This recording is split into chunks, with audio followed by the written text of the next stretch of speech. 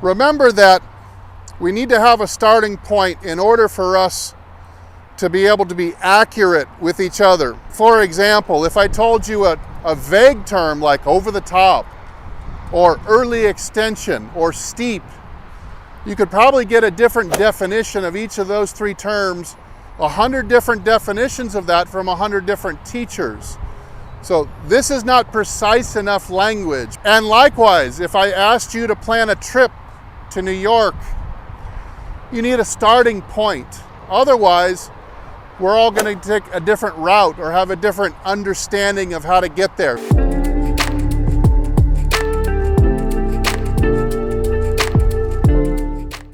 The starting point is anatomical position, which just looks like this. This is anatomical position.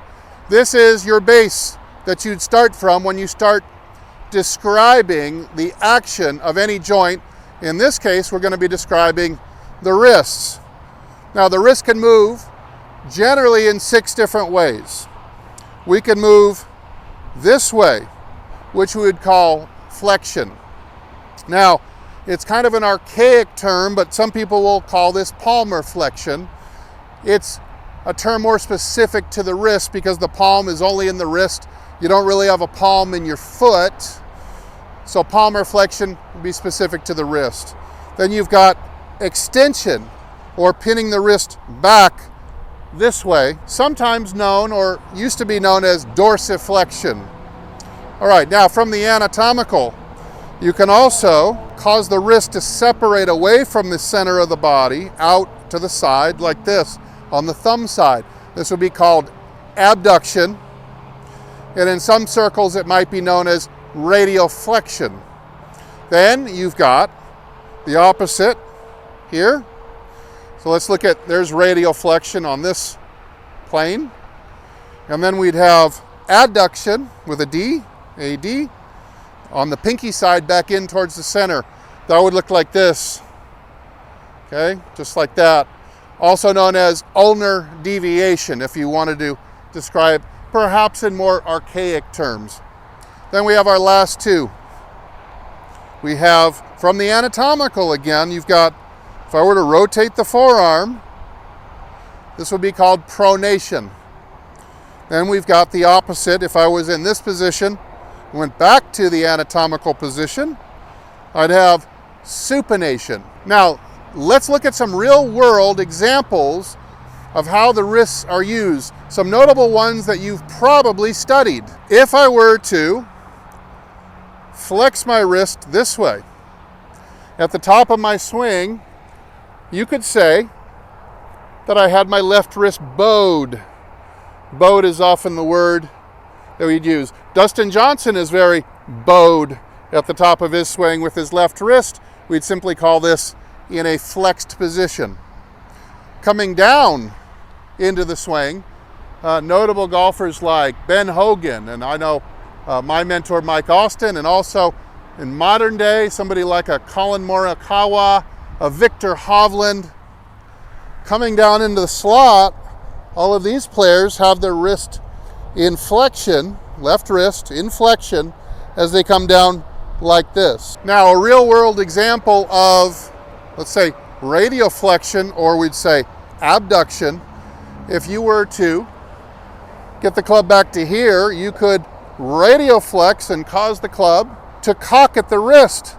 So cocking the wrist on the backswing is often the result of a radial flexion at the left wrist. Now, generally a good model, if we were to combine these wrist and forearm actions to construct a good on-plane, powerful backswing, you could say, if I was to combine a 90-degree pronation, and notice, I'm going to be turning the entire arm. So I'm going to be recruiting, in this example, kind of supportive joints of the internal and external rotator cuff, and the flexing and extending of the elbows will help support or back up what we're doing with our hands. So you can construct a pretty solid backswing move with 3 anatomical moves. This really breaks it down and makes it very simple. I can take from a golf neutral position, let's say, which would look like this. I could do a 90-degree pronation. Go ahead and do this with me. And look, I'm going to allow the upper arm to rotate with it. So notice I'm going from bicep facing you to bicep pointing this way. So my whole arm at the shoulder is rotated. That's pronation. Now, that will also put my right wrist into extension. Here's extension from the golf anatomical starting position. There's extension. Okay, so the two of those will form this. We start to wind that back using other joints, and then we start to radial flex. We can start creating a doggone good, powerful, on-plane backswing just from those 3 wrist actions at either wrist. Now let's look at an example where these wrist motions have been often used incorrectly. Ben Hogan and many of his disciples still continue to use the wrong terminology describing Hogan as he comes into the ball with his bowed wrist this way. They call this supination. This is not supination. Remember, supination is this move. That is not what Hogan's delaying here. He is delaying extension of the left wrist by slightly delaying that in this flex position as he comes into the ball.